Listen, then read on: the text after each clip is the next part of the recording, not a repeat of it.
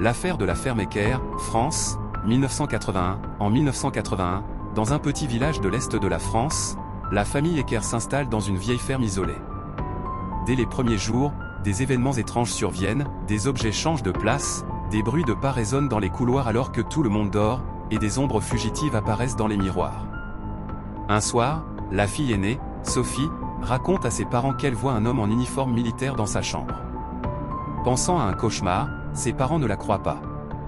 Mais quelques jours plus tard, le père, Jacques, aperçoit lui aussi une silhouette sombre dans la grange. Lorsqu'il s'approche, elle disparaît sans bruit. Les phénomènes s'intensifient, des portes claquent violemment sans raison, des voix murmurent dans l'obscurité, et la famille commence à se sentir épiée en permanence.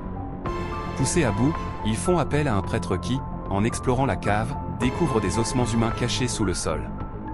Après enquête, il s'avère qu'un soldat allemand aurait été exécuté ici pendant la Seconde Guerre mondiale. Après une cérémonie de bénédiction et l'enterrement des ossements, les manifestations s'arrêtent.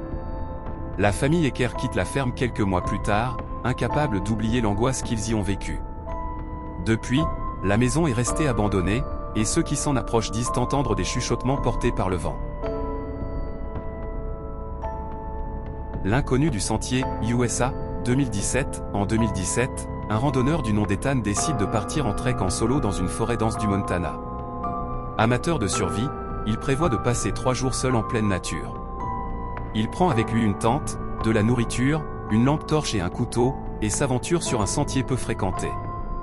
La première nuit, il entend des bruits étranges autour de son campement, des craquements de branches, comme si quelqu'un ou quelque chose l'observait.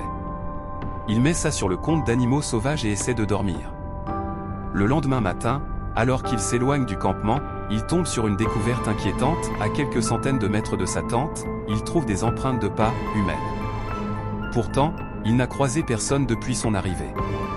Il commence à se sentir mal à l'aise, mais se persuade qu'un autre randonneur a dû passer par là.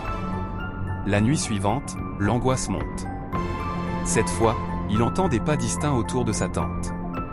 Il éteint sa lampe torche et attend en silence, le couteau à la main. Soudain, il entend un bruit de respiration, juste derrière la toile. Il retient son souffle, paralysé. Puis, plus rien. Au petit matin, il découvre quelque chose d'encore plus terrifiant, sa tente a été ouverte pendant la nuit, et son sac a été fouillé, mais rien n'a été volé. Quelqu'un l'a observé, s'est approché de lui pendant son sommeil et est reparti. Terrifié, Ethan ne cherche pas à comprendre et plie rapidement son campement pour repartir. Mais alors qu'il prend le chemin du retour, il remarque quelque chose d'encore plus troublant, des marques sur les arbres, des symboles gravés, comme des repères laissés par quelqu'un. Lorsqu'il arrive enfin à sa voiture après des heures de marche rapide, il trouve, posée sur le capot, une vieille photographie en noir et blanc d'un homme inconnu. Au dos, une date, 3 juillet 1985. Ethan n'a jamais su qui le traquait, ni ce que signifiait cette photo. Mais depuis ce jour, il ne s'est plus jamais aventuré seul en forêt.